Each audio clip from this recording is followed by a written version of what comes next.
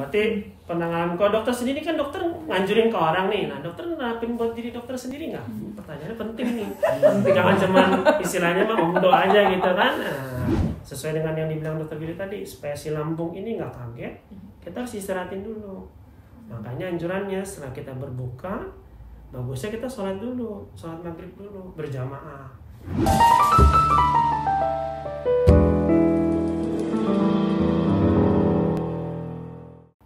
Halo, dengan saya Dr. Yoga. Jadi kita nih, dokter-dokter The Primes nih, kita akan bahas materi tentang puasa. Nah, sebenarnya siapa aja sih dokter-dokter The Primes yang datang nih untuk bahas tentang puasa dari segi kacamata medis? Kita perkenalkan satu-satu ya. Yang pertama ada di sebelah kanan saya siapa?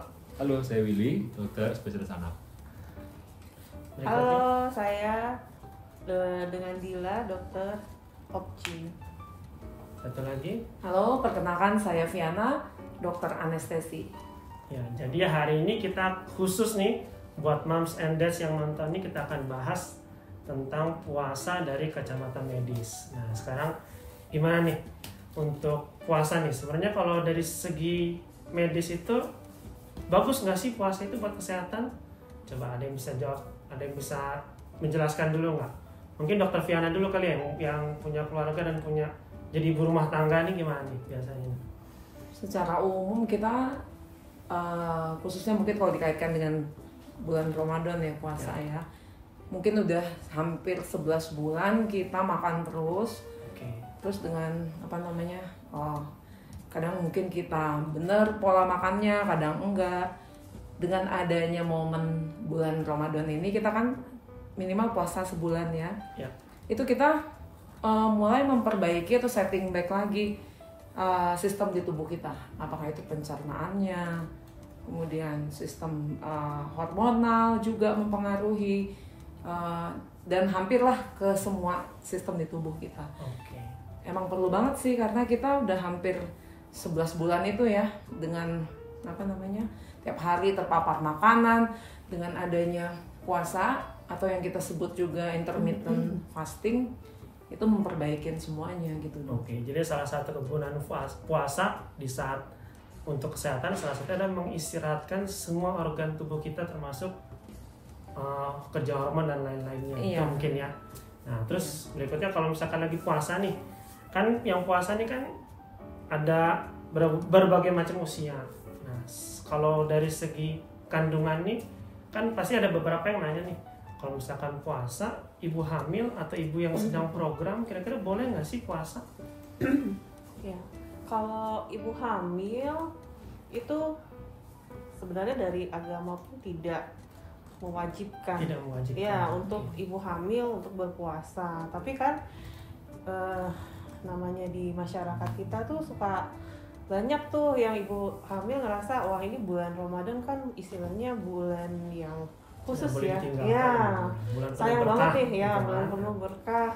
Kalau bisa dia ingin puasa gitu. Nah kalau ditanya ibu hamil boleh nggak sih ikut berpuasa? Boleh sih, boleh asal ada hal-hal yang harus diperhatikan. Apa aja tuh? Ya, yang pertama sih dari usia kehamilan. Sebenarnya yang paling aman untuk ibu hamil berpuasa itu ya pas di trimester 2 gitu. Trimester kedua tuh berarti usia kehamilan 14 minggu sampai 28 minggu. 14 minggu sampai 28 minggu. Kalau trimester 1 kan dia masih mual muntah tuh ya.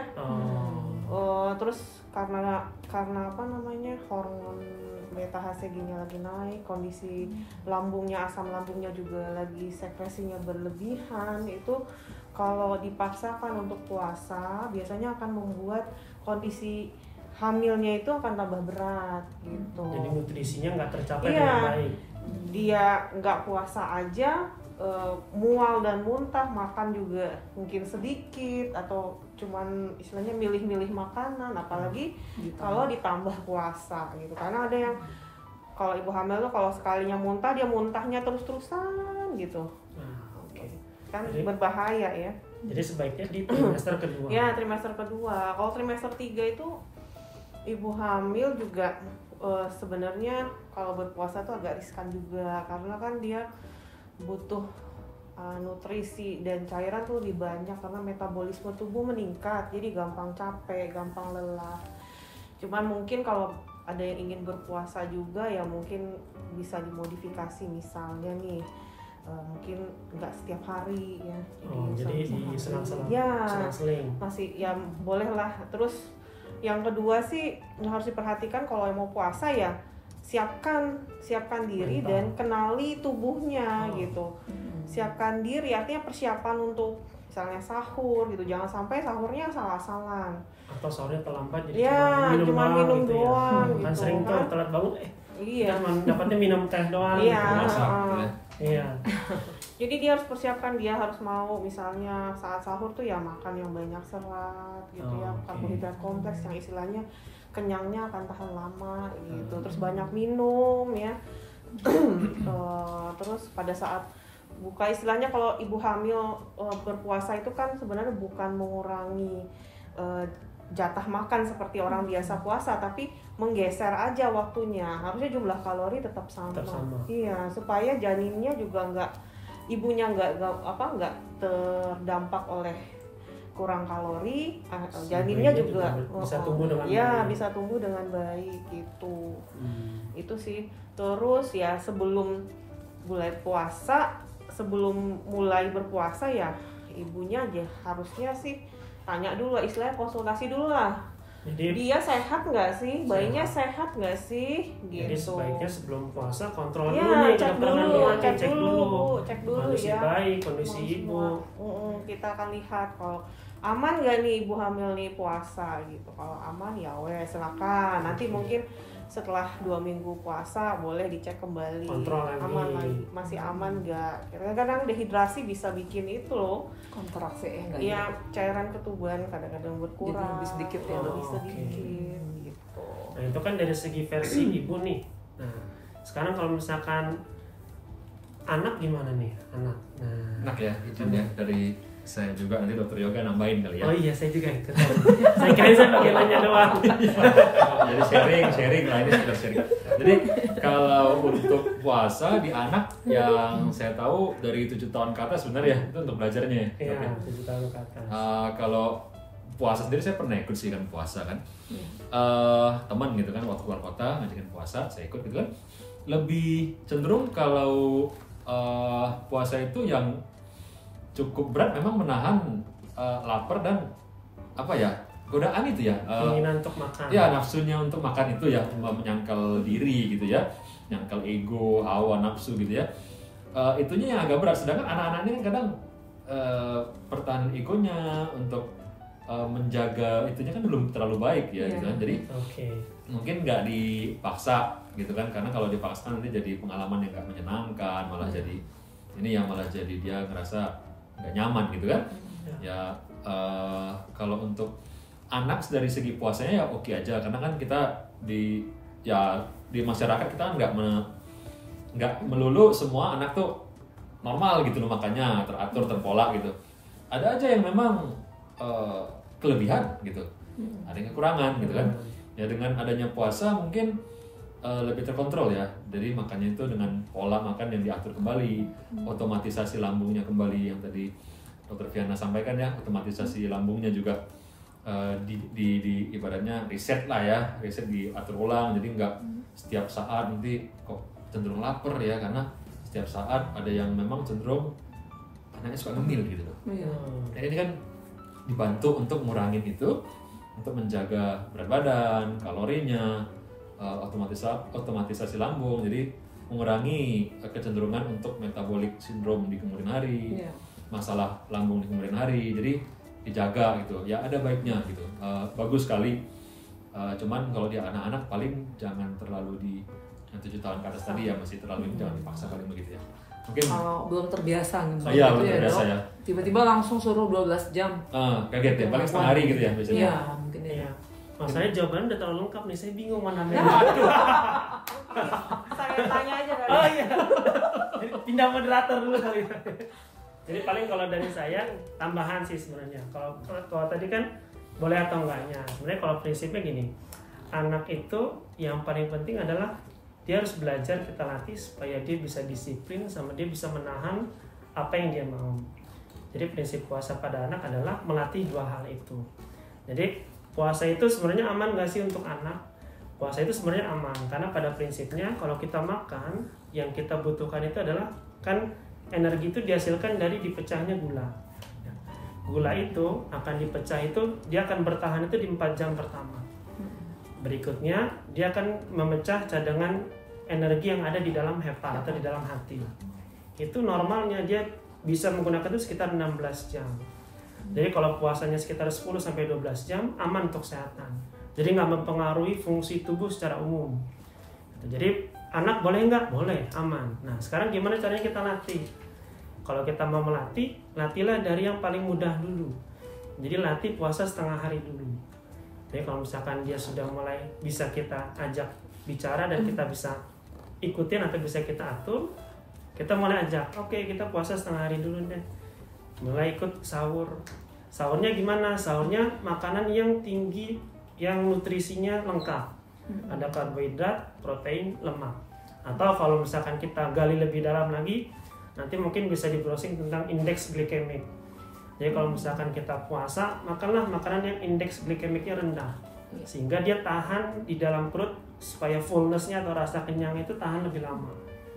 Sehingga anak mulai dilatih nih, oh setelah di azan zuhur, oke deh, tanya kamu masih lapar nggak? Masih kuat nggak sampai maghrib? Kalau misalkan nggak kuat, ya udah batalin aja dulu deh. Minimal dia belajar setengah hari dulu. Setelah setengah hari dia bisa, mulai kita latih, kita perpanjang. Bisa sampai asar atau kalau lebih bagus sampai maghrib. Kalau asar tuh biasanya dia udah gelisah tuh anak tuh dan nanyain terus tuh. Nanyain kapan udah jam berapa nih? Kok aus ya? Udah azan gitu kan? Nah, bingung nih. Balik meja makan buka gitu kan? Enggak, nanya, mama masak apa, Ma? Nah, gitu. Aduh, kok aku lapar sih, gitu kan.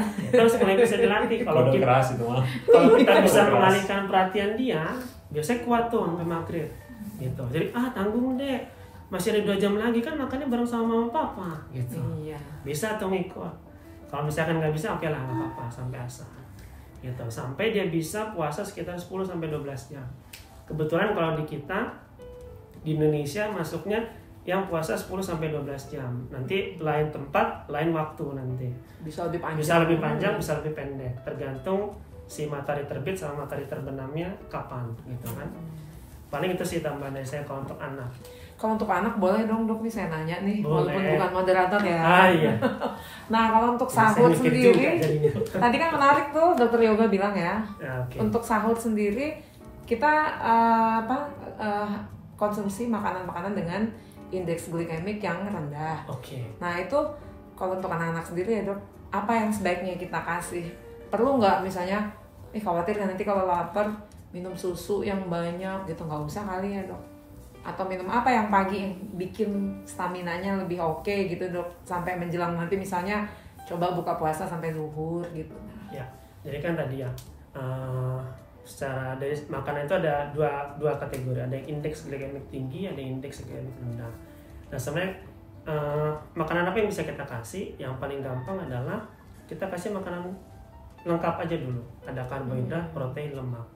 Jadi kalau karbohidrat itu rata-rata dia glikemiknya tinggi. Yeah. Yang protein dan lemak ini dia bisa menahan kekenyangan sampai menahan rasa kenyang itu rata-rata sekitar 6-8 jam. Gitu. Jadi kalau kita mau ngasih makan anak, ya kita kasihnya ya lengkap, ada nasi, ada proteinnya, ada sayurnya. Nah yang bisa menahan supaya dia nggak kenyang adalah makanan yang tinggi serat. Supaya nggak lapar. Ya supaya dia nggak lapar, supaya dia nggak kenyang. Supaya dia nggak lapar makanan tinggi serat. Iya. Gitu. Bisa kita kasih tuh sayur-sayuran. Jadi kalau bisa nih buat yang moms yang nonton yang punya anak, kalau misalkan sahur, kalau bisa anaknya kasih sayur, makan sayur, supaya dia lebih kenyangnya lebih lama. Karena kalau misalkan nih seringnya kan kalau kita nih bangun paling susah itu adalah bangun sahur. Betul. Jadi bangun sahur itu kalau bisa bangunnya nggak mepet tuh udah hebat tuh. Biasanya bangun tuh udah bentar lagi udah mau imsak gitu. Jadi imsak tuh saat kita makan biasanya.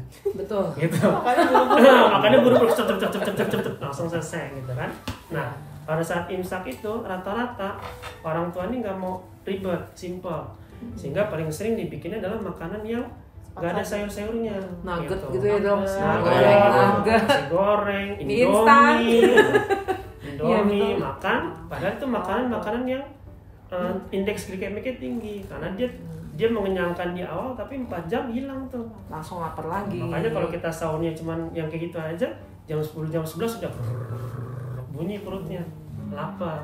Iya. Karena fullness-nya nggak terlalu ini. Mungkin Dokter Willy bisa nambahin nih. Udah gatel pengen ngomong dari tadi soalnya.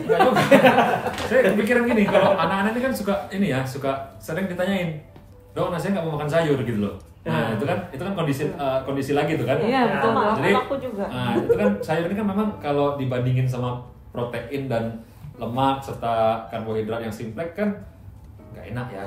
Terus rasanya nggak seenak itu gitu kan. Jadi memang kita ngasih makannya kan sulit gitu, Dok. Kira-kira kalau misalkan sayur, anaknya nggak mau nih gitu. Dikasih nasi merah sebagai karbohidrat kompleks tadi yang indeks glikemiknya rendah, sama rasanya nggak enak kan? Nah kalinya gimana Dok kalau sayur nggak bisa gitu? Kalau sayur nggak bisa, salah satu pilihannya adalah roti gandum. Oh, oats gitu ya, roti gandum. Atau oatmeal. Bisa kita kasih itu sebagai tambahan.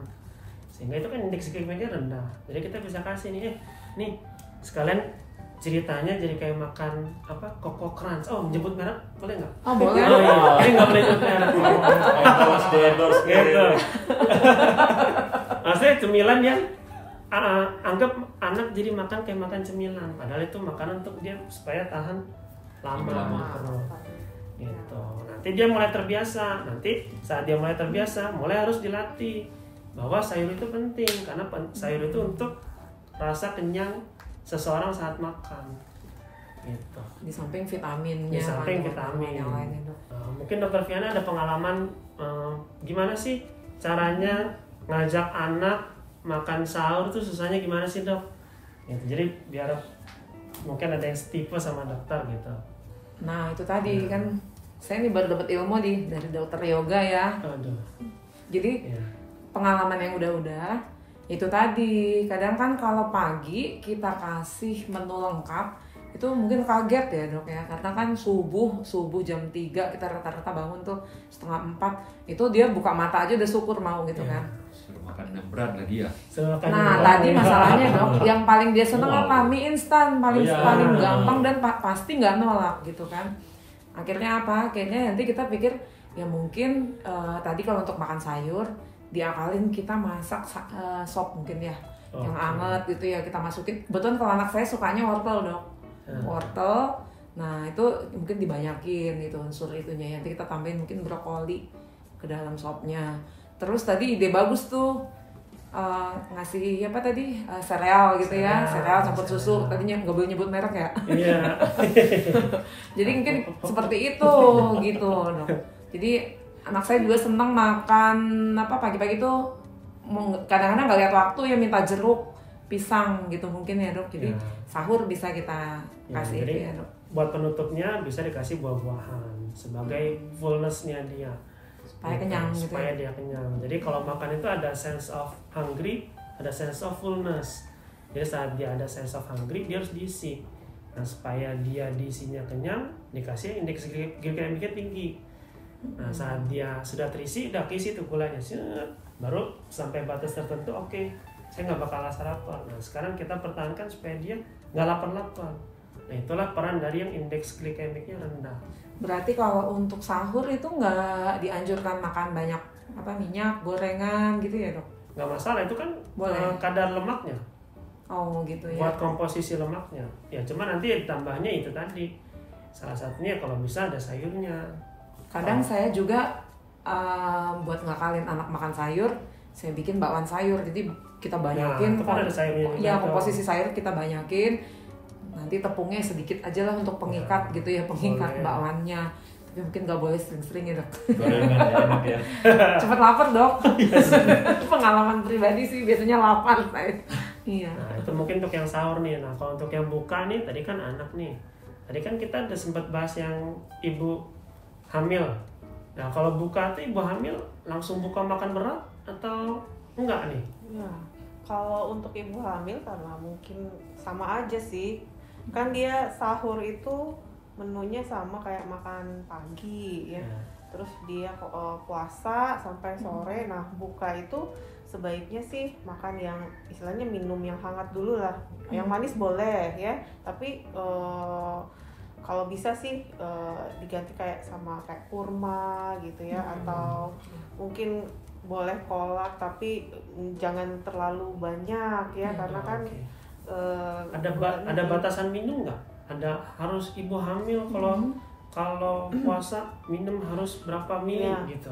Sebenarnya ibu hamil itu minimal itu 2 liter sehari. Kalau bisa bagus lebih dari itu lebih bagus lagi. Dan itu untuk air putihnya dong? Iya, air putihnya ya, minimal 18 tuh sehari. Nah makanya itu kalau untuk ibu hamil itu asal sebenarnya kan dia 18 tuh ya dibagi-bagi antara waktu dari sejak buka sampai sahur lagi gitu. Jadi nggak boleh ini ya dok, nggak boleh males minum ya. Jadi pas. Berarti nggak satu waktu langsung 2 liter gitu kan? Nanti makanannya nggak masuk dong kalau isinya air. Oh dengan tuh. Dibagi-bagi. Terus ya ini hindari minuman yang berkafein sih, seperti teh, kayak kopi. Itu kan istilahnya bikin kencingnya lebih sering, jadi percuma ya. Udah minum banyak dikeluarin lagi gitu ya dok. Itu sih. Kalau makanan sih ya seperti itu. Kalau pas buka mungkin habis makan yang ringan dulu, terus habis sholat maghrib mungkin ya, setelah itu baru makan yang utamanya gitu. Nanti sebelum tidur dia makan lagi gitu. Karena kan kalorinya harus cukup. Kalau dokter berdua kan udah punya anak ya, ya kan? Iya betul. Pas lagi hamil puasa nggak? Saya puasa, alhamdulillah. Jadi 2 kali saya hamil tuh, hamil anak pertama. Saya salahnya melahirkan di menjelang Lebaran. Jadi salahnya melahirkan di Objin, saya kira gitu.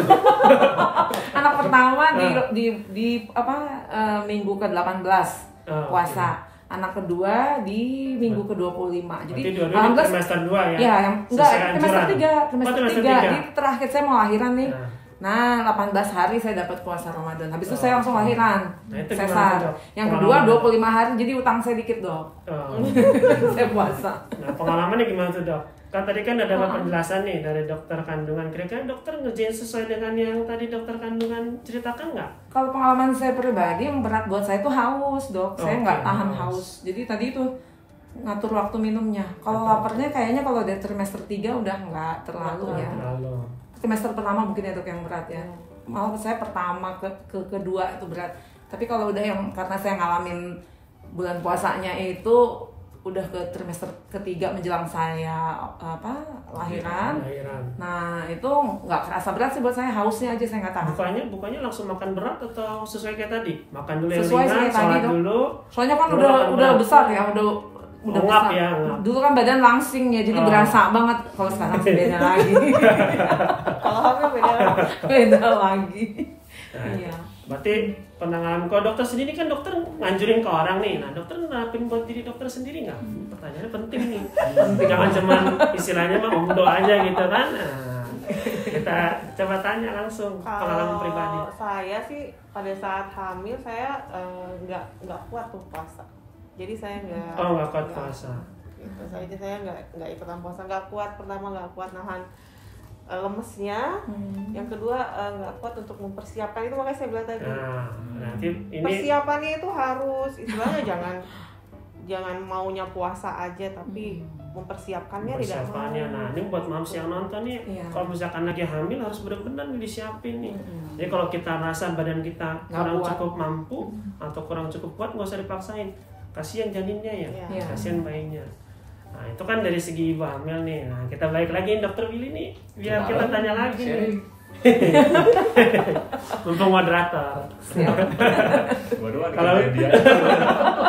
Kalau misalkan dia buka nih, ada anak kecil buka. Kan tadi sahurnya oke.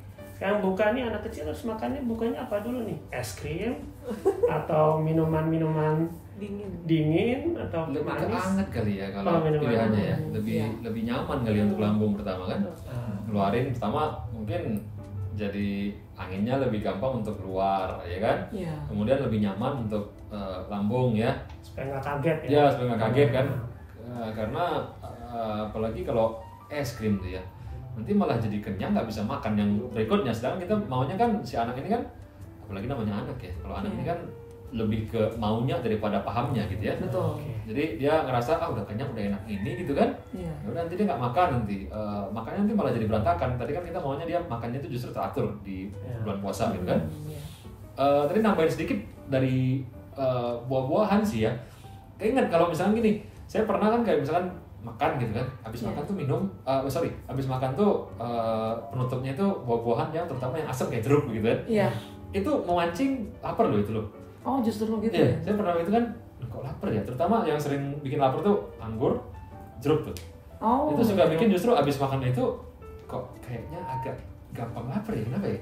Ternyata emang karena kadar ascorbanya, vitamin C-nya itu tinggi. Jadi kita nyaru nih antara sakit lambung dengan lapar nih, gitu. Iya. Ilmu baru lagi tuh kan. Ya, jadi pernah kalau misalnya kita biasanya udah nih ngisinya daripada si anak nggak mau makan sayur, kita kasih buah-buahan. Iya. Mungkin pilihannya yang jangan asam gitu. Oh. Yang jangan vitamin C tinggi banget, kayak kiwi mungkin, jeruk, apalagi sih. Pokoknya yang anggur ya, nanas jangan ya. Apalagi nanas ya. Jadi itu nanti perasaan pengalaman saya sendiri abis makan kalau kita penutupnya itu nggak 3-4 jam gitu kayak ngisep tuh beratnya. Malah nggak enak ya dok. Ini malah nggak nyaman tuh. Makanya, kalau saya ini dok ngakalinnya jeruknya yang manis kayak jeruk Medan gitu. Ya, tapi manis kalau manis ini ya dia lebih ke vitamin C-nya kali dok ya. Manis di lidah tapi nggak manis di lambung. Kita ceritanya kan. Iya betul. Iya, manis di lidah. Lambungnya teriak, manis di lidah, lambung teriak gitu ya. Tapi vitamin C yang tinggi itu kan membuat lambung kita itu asam gitu. Jadi cenderung lebih gampang lapar sih. Sama kayak orang kalau minum kopi nggak tahan tuh. Justru jangan. Ya betul, justru jangan kalau untuk puasa justru jangan ngopi karena ngopinya itu justru membuat lebih gampang lapar, benar. Bang gimana dok ya? Mungkin tambahin sendiri. Oh iya. Mungkin tambahin sendiri. Saya nanya saya jawab sendiri. Jadi kalau misalkan tambahannya paling kalau untuk yang anak ya tadi kan salah satunya intinya gini, pada saat kita puasa itu saat sudah melaksanakan puasa, kita mau buka terjadi dua hal. Pertama, kadar gula darah yang turun. Yang kedua adalah kadar cairan yang turun. Jadi anak pasti dalam kondisi dehidrasi ringan dengan kondisi sedikit hipoglikemik. Jadi hal pertama yang kita kerjakan adalah kita perbaiki dua kondisi ini dengan cara, makanya anjurannya kalau dari segi agama kita, agama Islam, anjurannya adalah berbuka dengan yang manis-manis. Fungsinya buat menaikkan kadar gula darah sedikit, gitu. Dengan cara yang indeks glikemisnya tinggi, boleh tajil, boleh teh manis, boleh kurma, gitu. Karena dia indeks glikemisnya tinggi, jadi gula darah langsung naik. Berikutnya kita perbaiki kadar dehidrasi ringannya dengan cara minum. Nah, jadi pada saat dia makan, saat dia buka, dua hal ini diperbaiki dulu.